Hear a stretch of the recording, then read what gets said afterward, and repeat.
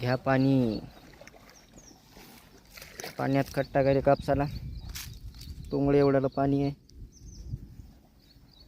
पाणी आहे आमच्या बेडवर. पाण्यातच खत टाकणं चालू आहे. पाणी पाणी पाणी घ्या पाणी.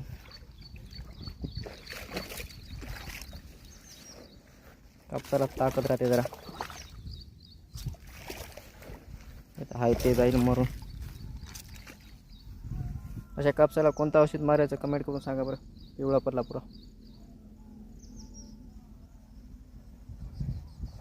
आमचा दूरदार याला हातपाय.